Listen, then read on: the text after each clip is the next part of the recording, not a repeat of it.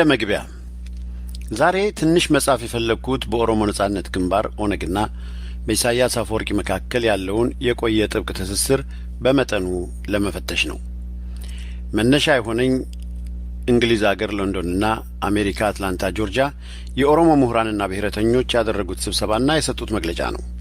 ያ ራሱን ችሎ መነገር ያለበት ስለሚመስለኝ እመለስበታለሁ።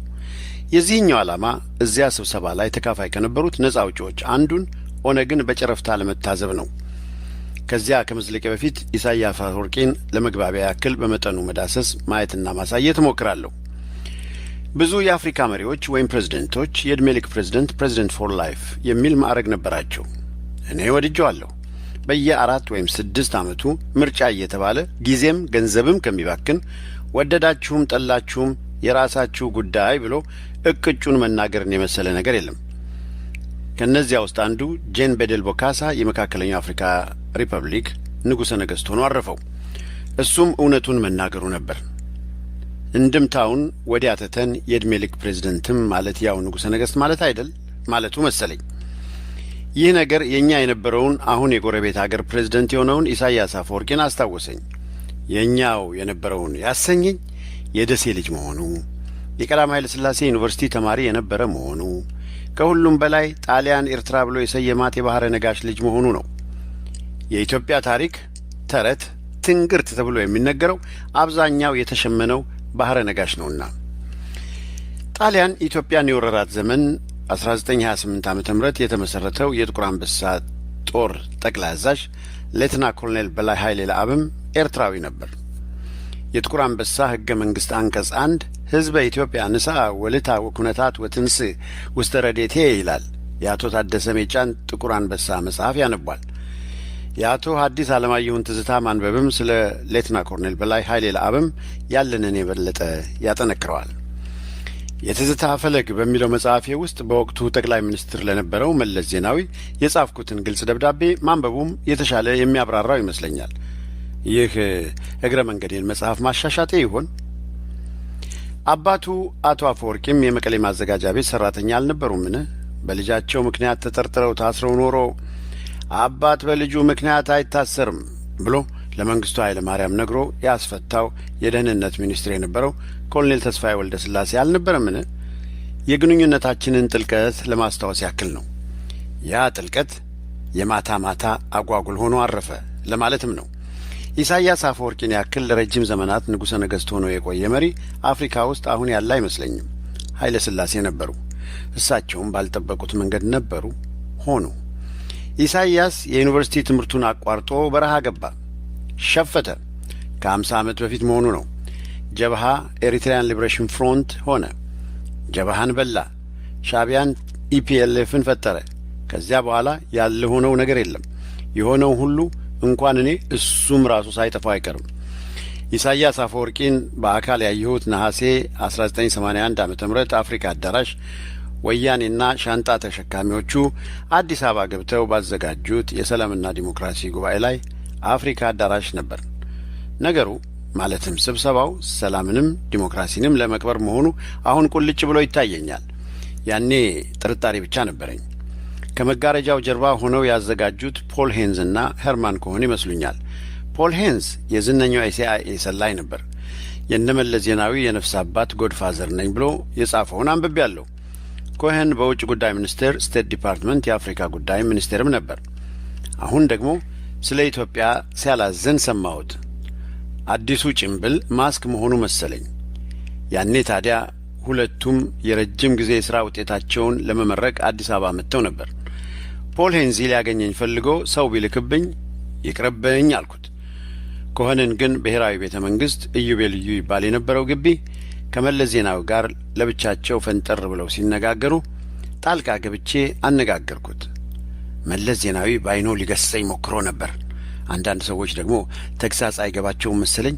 እኔም እዚያ ውስጥ ሳልመደር የምቀር አይመስለኝም።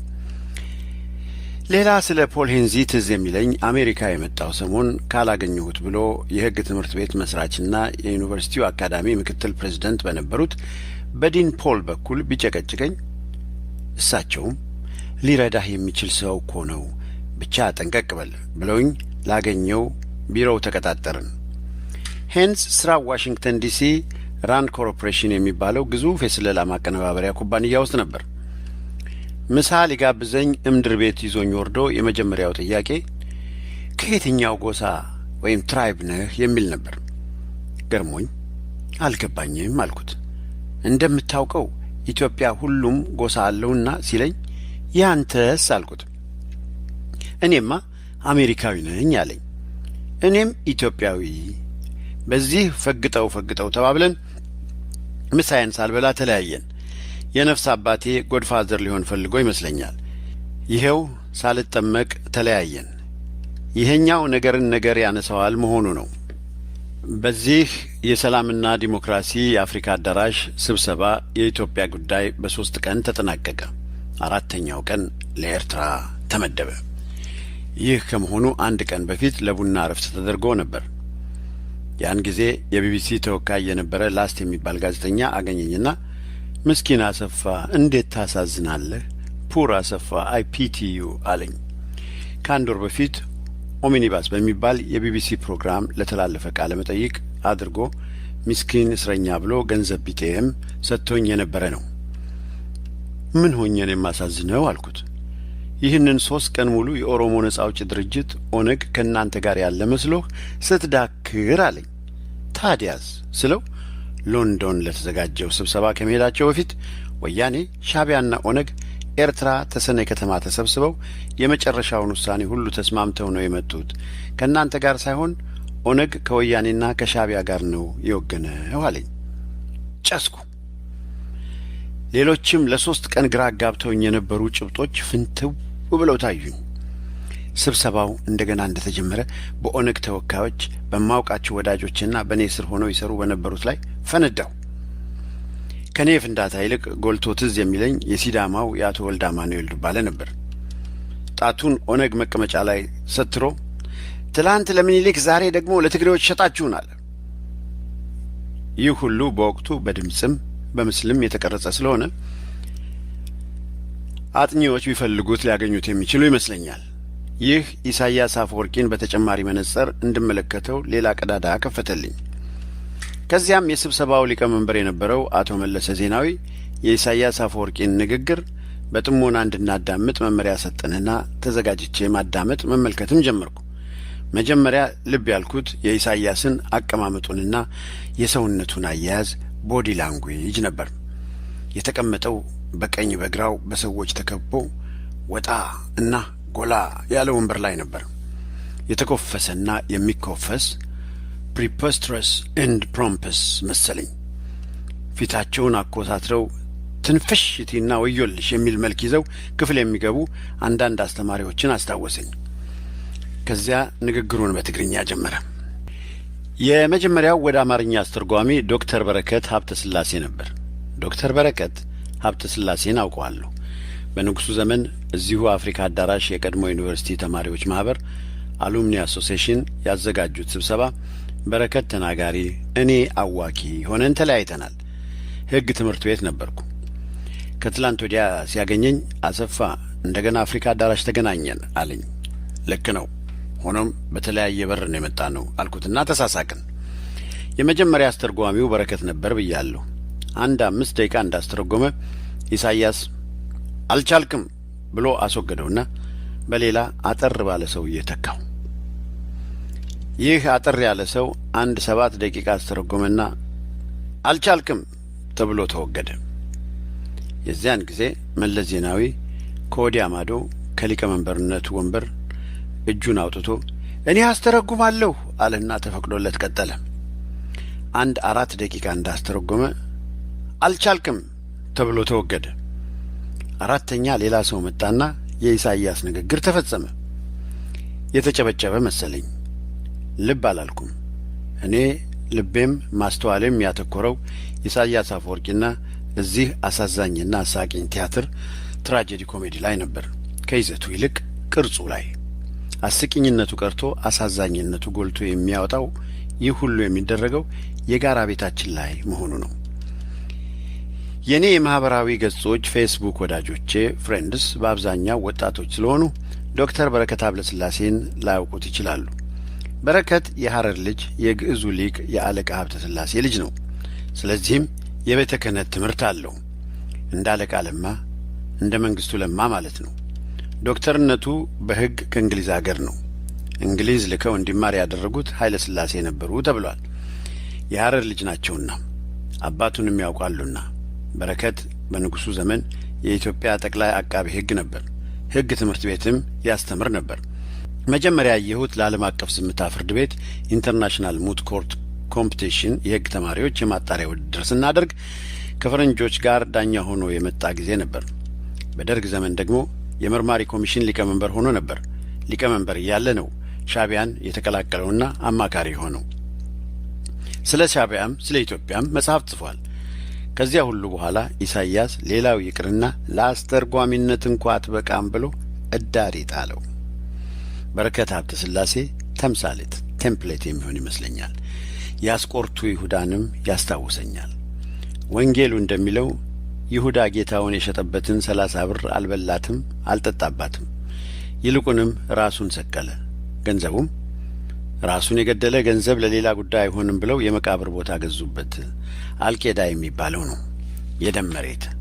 ወያኔ ይህንን የደም መሬት ትዕይንት አድርጎት አቅርቦታል ልበል። ጎበዝ ጠንቀቅ ነው ደጉ። እንዳልኩት በረከት አገሩን ለከዱ ለሚከዱ ሁሉ ተምሳሌት ቴምፕሌት የሚሆን ይመስለኛል። ለመሆኑ ኢሳይያስ አፈወርቂ ያንን ሁሉ አስተርጓሚ አልቻላችሁም የሚለው ምኑን ነበር? ትግርኛውን አይመስለኝም። ወይም በእኔ ደረጃ ያለ ትግርኛ አትረዱም ማለት ይሆን? አማርኛ አትችሉም ነው? ይህን ማለት ደግሞ ኢሳይያስ አማርኛ ማወቅ ብቻ ሳይሆን እስኪያርም ጠንቅቆ ያውቀዋል ማለት ይሆናል? ወይም ማን አለኝ ከልካይ መሆኑን በዚህ መድረክ ለመላው ኢትዮጵያ ሕዝብ ላስመሰክር ይሆን?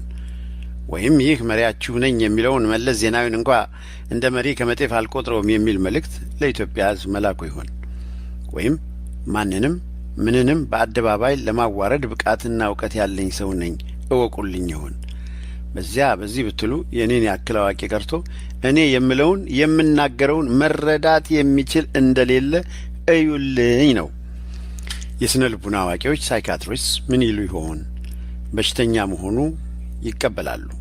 የበሽታውን አይነት ምን ይሉት ይሆን? አንዳንዱ የአንጎል የአእምሮ የህሊና ህመም ታክሞ የማይድን ነው ይሉታል። ለምሳሌ ሳይኮፓት የሚሉት እቡይ እንደማለት። እቡይ አይን ወስስዋ ልብ ይታውር ምስሌ ይለዋል ዳዊት። በኢሳይያስ ንግግር ወቅት በእኔ ጭንቅላት፣ በእኔ ህሊና፣ በእኔ አእምሮ የሚተራመሱት ይህንና ይህንን የመሳሰሉ ጥያቄዎች ነበሩ። አሁን የኢሳይያስንና የኦነግን የቆየ የጸና ግንኙነት በዘመን ድፍረት ለማስቀመጥ እሞክራለሁ። በዘመነ ድርቅ በድርቅ ከተጠቁ የሰሜን ኢትዮጵያ አካባቢዎች በተለይም ከወሎ ሰፋሪዎች አሶሳ ሰፍረው ነበር። አንድ ምሽት የሰፈሩበት መንደርም ሰፋሪዎች ጭምር በጥይትና በሳት ጋዩ።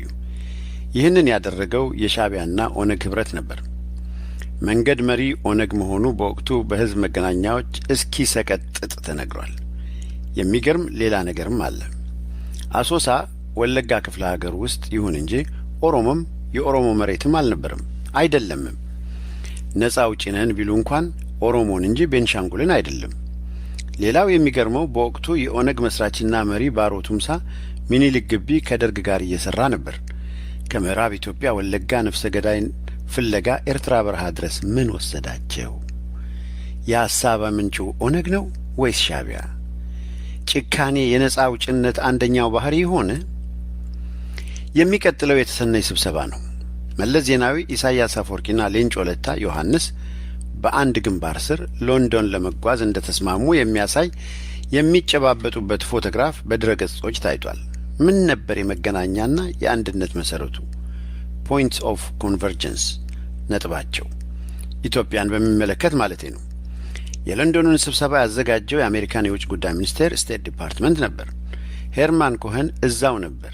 የኢትዮጵያ ጠቅላይ ሚኒስትር አቶ ተስፋዬ ዲንቃ፣ ጠቅላይ አቃቤ ሕጉን ቢልልኝ ማንደፍሮን፣ ዶክተር ግርማ ወልደ ስላሴን ጨምሮ ሎንዶን ደርሰዋል። ስለ ኢትዮጵያ መልእክተኞች ጉዳይ የአቶ ተፈራ ኃይለ ስላሴን ዘ ኢትዮጵያን ሬቮሉሽን መጽሐፍ ማንበቡ ጥሩ ነው። አቶ ተፈራ በወቅቱ በእንግሊዝ የኢትዮጵያ አምባሳደር ስለነበር የታዘበውን ጽፏል። ለስደት ቤተሰቦቻቸውን ይዘው መጡ እንጂ ለውይይት አልነበረምም አይመስልምም ይላል። እንዳለውም አቶ ተስፋዬና ቢልልኝ ቤተሰቦቻቸውን ይዘው ወደ አሜሪካ አመሩ። እዚያም ሲደርሱ እነ ዶክተር ግርማን ጣጥለው ወደሚሄዱበት ሄዱ። እኔ መጀመሪያ ዋሽንግተን ዲሲ ያገኘሁት ዶክተር ግርማን ነበር። አሰፋ እኔ ያደረጉኝን ያድርጉኝ እንጂ ወደ ኢትዮጵያ እመለሳለሁ እንዳለው ተመለሰ። ከንክኖኝ አንዳንድ ነገር ለመጠየቅ የሚሰራበት የዓለም ባንክ ቢሮ ሄጄ አቶ ተስፋዬ ድንቃን አነጋገርኩ። ጸሐፊው ቡና መጣችልኝና ጠጥቼ ብዙም ሳልጠይቅ ወጣሁ። ለመሆኑ ምንና ምኑ ይጠየቃል ብዬ መሆን አለበት። የለንደኑ ስብሰባ ካልነው የአሜሪካን መንግስት በኢትዮጵያ ሕዝብ ላይ ከፈጸማቸው ታላላቅ ድባዎች ውስጥ ቀዳሚነት የሚኖረው ነው። ሌላው ሶማሌ ወራን ድሬዳዋ ልትገባ ስትገሰግስ የጦር መሳሪያ ማዕቀብ በኢትዮጵያ ላይ መጣሉ ነው። የለንደኑ ስብሰባ ሌላ ትልቅ ምስልም ነበረው። መንግስቱ ኃይለ ማርያም ከነ ቤተሰቡ ዚምባብዌ እንዲሰደድ፣ ጀነራል ተስፋዬ ገብረ ኪዳን ፕሬዚደንት እንዲሆንን፣ የኢትዮጵያን ጦር ሰራዊት እጅህን ለወያኔ ስጥ እንዲል መለስ ዜናዊ፣ ስዩም መስፍንና ጓደኞቹ በሱዳን የጸጥታ ጉዳይ ሚኒስትር ጀነራል አልፋቲህ አርዋ በሚነዳ አውሮፕላን አዲስ አበባ እንዲገባ፣ እነ ሌንጮም የተሰጣቸውን የቤት ሥራ በትክክል እንዲወጡ ማድረግ የአሜሪካን መንግስት የተቀነባበረ ሥራ ነበር። የረጅም ጊዜ ሴራ ውጤት ነበር። በትክክል ሥራ ላይ መዋሉን ለመከታተል አዲሱን አምባሳደር ባስን አዲስ አበባ በአስቸኳይ ላክሱ። የነፍስ አባትየው ዘ ጎድፋዘር ሄርማን ኮሄንም የድሉ ምሽት ላይ ለመገኘት አዲስ አበባ መጣ። አምባሳደር ባስም ኢትዮጵያን እስክለቅ ድረስ ብርቱ ወዳጅ ሆኖ ሰንብቷል። 2 የአሜሪካን ሴናተሮች ለጉብኝት መጥተው ኖሮ ለነጻነታቸው በዓል ጁላይ 4 1991 አሜሪካን ኤምባሲ የጋበዘው ኢትዮጵያዊ እኔና ባለቤቴን ብቻ መሆኑን አስታውሳለሁ። የፖል ሄንስ ተልእኮ አይነት የሚያጣ አይመስለኝም። ለዚህ የሰላምና ዲሞክራሲ ስብሰባ የመጣም ያመጡትም ደጅጠኙም የድል አጥቢያ አርበኛውም ለመሆን ያኮፈኮፍነውም መናኸሪያችን አዲስ አበባ ሂልተን ሆቴል ነበር።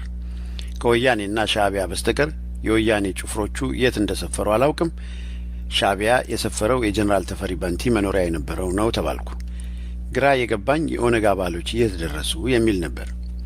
ስብሰባ ላይ ሳገኛቸው እነዚህ ሰዎች ከእኛ ነጠሏችሁ እላለሁ። በዚያ በስብሰባው መካከል የደቡብ ህብረት ለመመስረት ማታ ማታ እንነጋገር ስለነበር እንዲገቡበት ፈልጌ ነበር። በኋላ የቢቢሲው ላስት ተሰነይ ሲነግረኝ ግልጽ ሆነልኝ።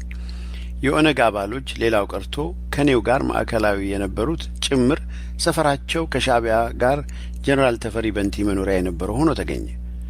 እንዲህ አንድ ጡት ጠብቶ ያደጉ የሚያስመስል ፍቅር ሌሎቻችንን እንዲሸሹ ያደረገው ፍቅር ከየት ወረደ የሚያሰኝ ነበር። ምን ይሆን የኢትዮጵያ ሲቅር? እውነት የኦሮሞ መሰረታዊ ጥቅም ነው? ጨዋታው ሌላ መሆኑ በጥቂት ወራት ውስጥ ታየ። እመለስበታለሁ።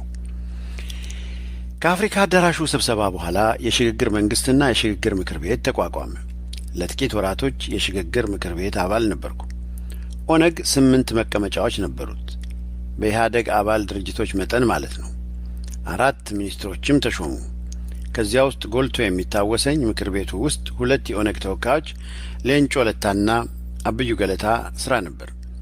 የኢትዮጵያ ብሔራዊ ሰራዊት አፍራሽ ኮሚቴ ሊቃነ መናብርትም ሆኑ። የኢትዮጵያ ሰራዊት አይሉትም፣ የደርግ ወታደር ይሉታል። ለማስረዳት ሞከርኩ። ደርግ መንግስት ነው፣ መንግስት ሰራዊት የለውም፣ አገር ነው ሰራዊት ያለው። ከዚህም ሌላ ወንጀለኞች ቢኖሩ በማስረጃ ማረጋገጥና መጠየቅ እንጂ የአገር ሰራዊት ይፍረስ ተብሎ አይታወቅም። ከንቱ ጩኸት ሆነ። ቢቸግረኝ አንድ ቀን ሌንጮንና አብዩን ቡና ጋብዤ ይህ ይፍረስ የምትሉት ሰራዊት ኦሮሞ ነው እኮ፣ አሁን በደሞዝ መተዳደር የለመደ ከግብርናውም የተፋታውን በትነን በጭፍን እስር ቤት መክተትና ለማኝ ማድረግ አልኩኝ።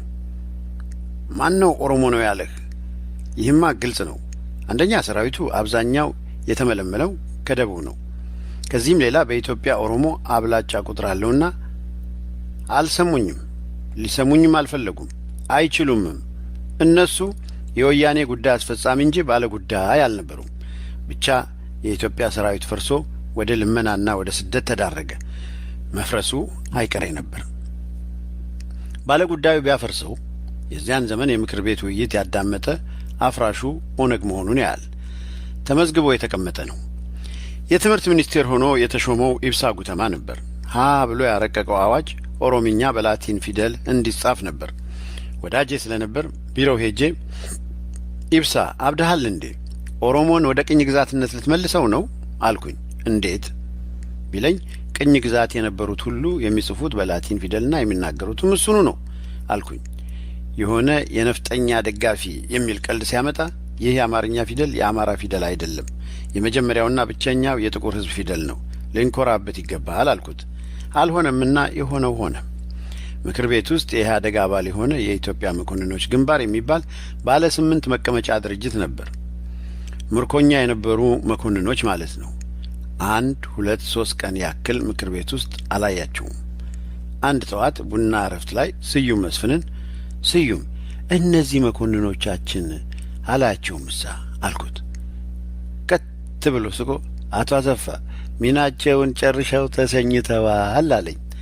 ታዲያ 8ቱ መቀመጫ ምን ይሆናል አልኩት። ወያኔ ወስዶታል አለኝ። ሌላ ጥያቄ ከመጠየቄ በፊት ሄደብኝ። የኦሮሞ ነጻነት ግንባርም ልክ የመኮንኖቹ ደረሰባቸው። ታህሳስ ሲሆን ጥር 1982 መመሪያ ተሰጣቸው። ከዛሬ ጀምሮ ምክር ቤቱ ውስጥ ያላችሁን ድርሻ ፈጽማችኋል። ከዛሬ ጀምሮ ከኢትዮጵያ ምድር እንድትወጡ፣ ካልወጣችሁ ወህኒ ቤት ትወርዳላችሁ፣ ምርጫውን ለእናንተው እንተዋለን ተባሉ። ከተሰጣቸው 2 ምርጫ ኢትዮጵያን ለቀው መውጣትን መረጡ። አህያ የተጫነችውን ታደርሳለች እንጂ አትበላውም እንዲሉ ከወያኔ ጋር አዲስ አበባ እንደገቡ አሁን የኦነግ ተዋጊ ኃይል ነው የምትሉትን ሁሉ ከነመሳሪያው ጦር ካምፕ አስገቡ ተባሉ። በታዘዙት መሰረት አስገቡ። ከአገር ቤት መውጣት ላይ ወይም እስር ቤት ምርጫ ሲሰጥ እነዚህ ጦር ካምፕ ውስጥ በቁም እስረኝነት ያስረከቡት ተዋጊዎች ደረጃ ወደ ሙሉ እስረኝነት ተሸጋገረ። እጃቸውን ራሳቸው ላይ አድርገው በሴት ወያኔ ወታደሮች እየተነዱ እስር ቤት ወረዱ። እስከ ዛሬ እጣ ፈንታቸው ምን እንደሆነ ከምን እንደደረሰ የጠየቀም ያስረዳም የለም። ኦነግ ኢሳያስ አፈወርቂና የአትላንታ ጆርጂያ የኦሮሞ ምሁራን ብሔረተኞች ስብሰባ አንድ ግብ አስቀምጧል። የኦሮሞ ሕዝብ ትግል ለነጻነት የሚበቃ እንደ ኤርትራ፣ ትግሬና ደቡብ ሱዳን መሆን አለበት ይላል። ጎበዝ። ቸር ተመኝ ቸር እንድታገኝ ይባላል። ፈረንጅ ደግሞ ለከዋክብቱ አነጣጥር ብትስት እንኳ የባህር ዛፉን አናት ትመታለህ። ኤም ቱ ዘ ስታርስ ኢፍ ዩ ሚስ ዩ ዊል ሂት ዘ ቶፕ ኦፍ ዘ ትሪ ይላል። ኢሳያስ መላው ዓለም ማዕቀብ አድርጎበት ከዛሬ ነገ የዓለም ጦር ፍርድ ቤት ይቀርባል እየተባለ የሚባንን ጉድ ነው። ወያኔ እንደሚታየው ጣረሞት ላይ ነው። የደቡብ ሱዳን የሚባለው ሀገር የከሸፈ ሀገር ፌልድ ስቴት ነው ወይስ ሀገር ነው እየተባለ ነው።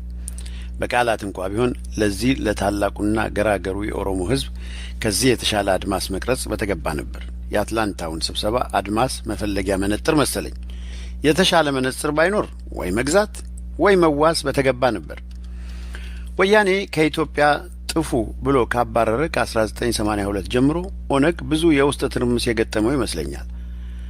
አንዴ ስለታዘብኳቸው ዝርዝሩን ብዙም አልከታተልም። ወትሮም የኦሮሞ ሳይሆን የአንድ መንደር ስልጣን ፈላጊዎች ጥርቅም ነበር በሚል ማን ይምራ ማን የሚል ትርምስ የተፈጠረ ይመስለኛል። አብዩ ገለታ ዋሽንግተን ዲሲ የነበሩትን የኦነግ ልጆች ቢሮ ነጥቆ እኔ ነኝ ሹም አለ። አንድ ቀን በአካባቢው ነበርኩና ለጠይቀው ቢሮ ሄድኩ። ልክ ለኢሳያስ እንዳልኩት ተኮፍሶ ጠበቀኝ። የዚህ የምክር ቤቱንና የመባረሩ ጉድ ያነሳብናል በሚል ፍርሃት በሩን መዝጋቱ መሰለኝ ስራ የበዛበት ለማስመሰል ብዙ አስጠበቀኝ። በኋላ ቢሮው ስገባ የጀነራል ታደሰ ብሩን ፎቶግራፍ በትልቁ ግድግዳው ላይ አየሁና ፈገግ አልኩኝና እኒህ ደግሞ ማናቸው አልኩት። ገርሞት አታውቃቸውም እንዴ? ጀነራል ታደሰ ብሩ ናቸው አለኝ። ኦነግ ነበሩ እንዴ አልኩት። ጀነራል ታደሰ ብሩ ኦሮሞን ለማስተማርና ንቃተ ህሊናውን ከፍ ለማድረግ የጀመሩት ጥረት ተጣሞ ተተርጉሞ የታሰሩ በኋላም በአሳሳቾች ለአጉሎሬ የተዳረጉ ጀግና ኢትዮጵያዊ ነበሩ። በስም መነገድ የሚባለው የዚህ አይነቱ ይሆን? ሌላው የኦነግ ቅርንጫፍ የተከፈተው ኤርትራ አስመራ ነበር። መሪዎች ነን የሚባባሉት የተፈራረቁ ይመስለኛልና በሙሉ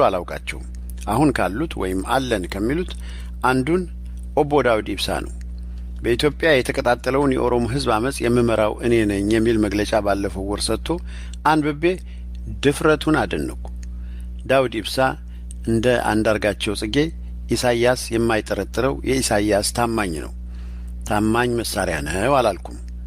አሁን ለመሳሪያነት ብቁ ሆኖ አልተገኘም። በንግድ ሥራ ተሰማርቶ መካከለኛው ምስራቅ ይመላለሳል። አስመራ ውስጥ ቆንጆ መኪና ከሚነዱት ውስጥ አንዱ ተስፋዬ ገብረአብ ነው። ያችን መኪና ለተስፋዬ የሸጠው ዳውድ ነው። የአትላንታው ስብሰባ ለዳውድ ልክ በወያኔ ቋንቋ አንድ ኮማንድ ፖስት ሰጥቶታል። የምዕራብና የምስራቅ ኮማንድ ፖስት ይለዋል።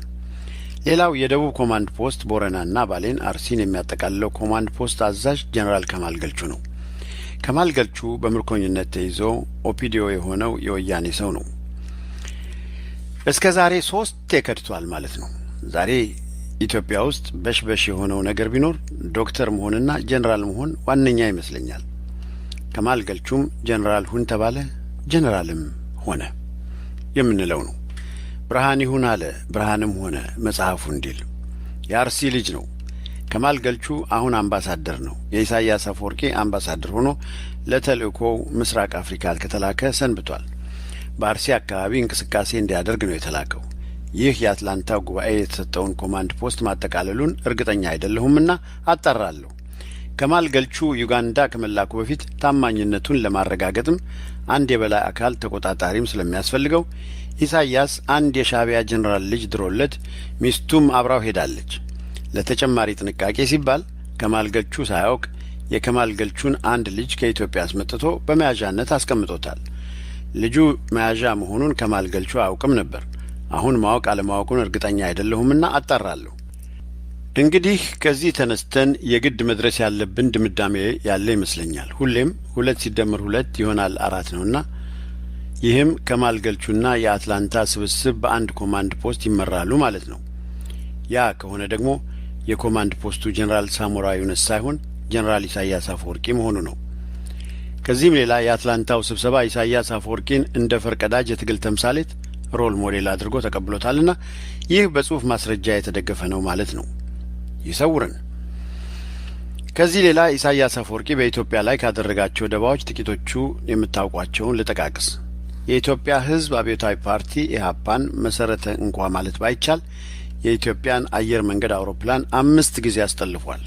አለቃቸው የነበረው ክፍሉ ታደሰ ያ ትውልድ በሚለው መጽሐፉ ገልጾታል። በብርሃነ መስቀል ረዳ የሚመራው የኢህአፓ ሰራዊት ከሻዕቢያ ጋር በመሆን ለ2 ዓመት የኢትዮጵያን ጦር ወግቷል። ይድረስ ለባለ ታሪኩ የሚለውን እዚያው የነበረውን የተስፋዬ መኮንንን መጽሐፍ ማንበብ ነው። ብርሃነ መስቀልና ጓደኞቹን አሲምባ ያስገባው የካቲት 25 1967 የኢትዮጵያ የገጠር መሬት የታወጀለት ነው። ስላቁ ደግሞ እነ ብርሃነ መስቀል መሬት ላራሹ እያሉ ወይም እያስመሰሉ ሲዘምሩና ሲሰማሩ የነበሩ መሆናቸውንና መሬት ላራሹ የሆነለት አሲምባ መግባታቸው ነበር። ለማጠቃለል ይህ ነገር የራሱ እግር አውጥቶ አልጠቃለል ብሎኛልና በግድም ቢሆን መቆም ያለበት ይመስለኛል። ከፈለግኩት በላይ ረዘመብኝ። ኢሳያስ ይህንን ለምን ያደርጋል ነው። ከህመሙ ሌላ በረከት ሀብተ ስላሴን አስተርጓሚ አትሆንም ይበለው እንጂ ምክሩን ተቀብሎታል። የዶክተር በረከት ምክር መጽሐፍ የጻፈበትም ኢትዮጵያ የምትባል አገር በሰላም ከኖረች ኤርትራ ጠንካራና ታይዋን አይነት ልትሆን አትችልም ነው። አሁን ያንን ወያኔ ወደ ማሳካቱ ተቀርቧል። ከማል ገልቹ አምባሳደርም የሆነው ለዚሁ እቡይ ተልእኮ ነው። ዋናው በጣም የሚያሳዝነኝ የሆነ ጉዳይ ነው። ኦሮሚያ የሚባል አገር መስርቶ መንግስት ይሁን እንኳ ቢባል ከራያና አዘቦ አንስቶ እስከ ባምቢሲ መሬት ወይም መሬታቸው ያደረጉ አላቸው። አኩሪና ዝነኛ ታሪክ ያለው ላለፈው 600 ዓመታት ብዙ ዝነኛ የኢትዮጵያ ነገስታትም የጦር መሪዎችም ያፈራ ታላቅ ህዝብ ነው። ይህንን የዚህን ህዝብ ስምና ዝና አንግቦ ሻንጣ ተሸካሚ ደጋግሞ ሻንጣ ተሸካሚ መሆን፣ ህዝቡን የሻንጣ ተሸካሚነቱ አካል አምሳል ማድረግ፣ የህዝብን ክብር ዝቅ ማድረግ ወይም የራስን የታመመ የስልጣን ጥማት ቅድሚያ መስጠት ይመስለኛል። መውደድን፣ ማፈርን፣ መናደድን፣ መኩራትን፣ መደሰትን በተፈጥሮ ለሰው ልጅ የለገሰችው ስሜቶች ናቸው። እነዚህ የኦነግ መሪዎች ነን የሚሉት ይህ ጸጋ በተለይም ማፈር የሚሉት እንደ ተሰጣቸው እርግጠኛ ነኝ። ሊያስተውሉትና ሊፈልጉት ተግባራዊ ማድረግም ይገባቸዋል እላለሁ። ይገባልም። ይህንን የምናገረው እንደ ሰው ነው። ማንም ሰው ደሴት አይደለም። ኖ ማን ኢዝ አን አይላንድ የሚለው የጆን ዶን ግጥም የምወደውና የማምንበትም ነው።